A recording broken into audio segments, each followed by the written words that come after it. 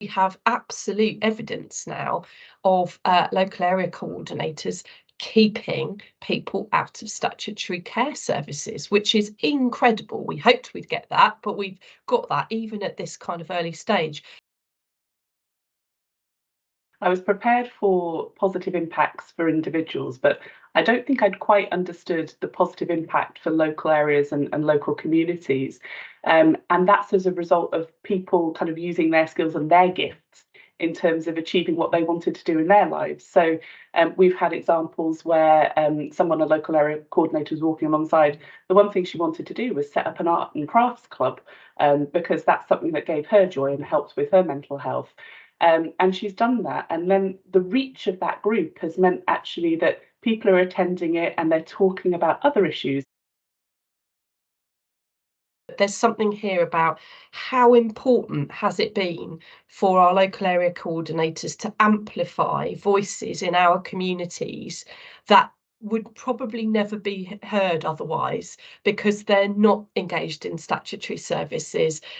They're not the kind of the people, out and about shouting in locally, all of those sorts of things. So there's something there about it's really helped us, I think, to bring some of those kind of hidden voices to the core. And importantly, I think in terms of that sort of system change, we've been using the intelligence and the sort of the understanding of the themes and the challenges from the local area coordinators to be brought alongside other intelligence and other kind of sources to create a really powerful story about what are some of the really systemic issues here that we need to be really thoughtful about as a set of partners. We talk about changing our relationship, being closer to residents, being more responsive, prevention. You can't do it if you don't know people. Through our leadership group and through our kind of communities board that we run, we always bring the personal stories to the fore. And I think that as a way of being able to tell the story, but also to understand performance in a different kind of way, it has been really impactful.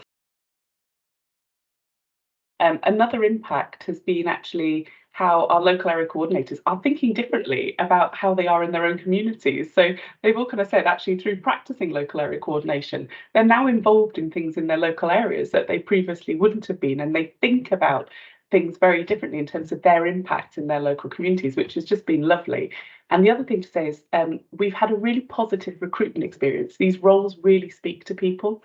And actually, even if people have been unsuccessful through the recruitment process for a local area coordinator, we've actually been able to look at comparable skills and actually match people into other roles that we have in the county council. And that's actually been quite successful as well.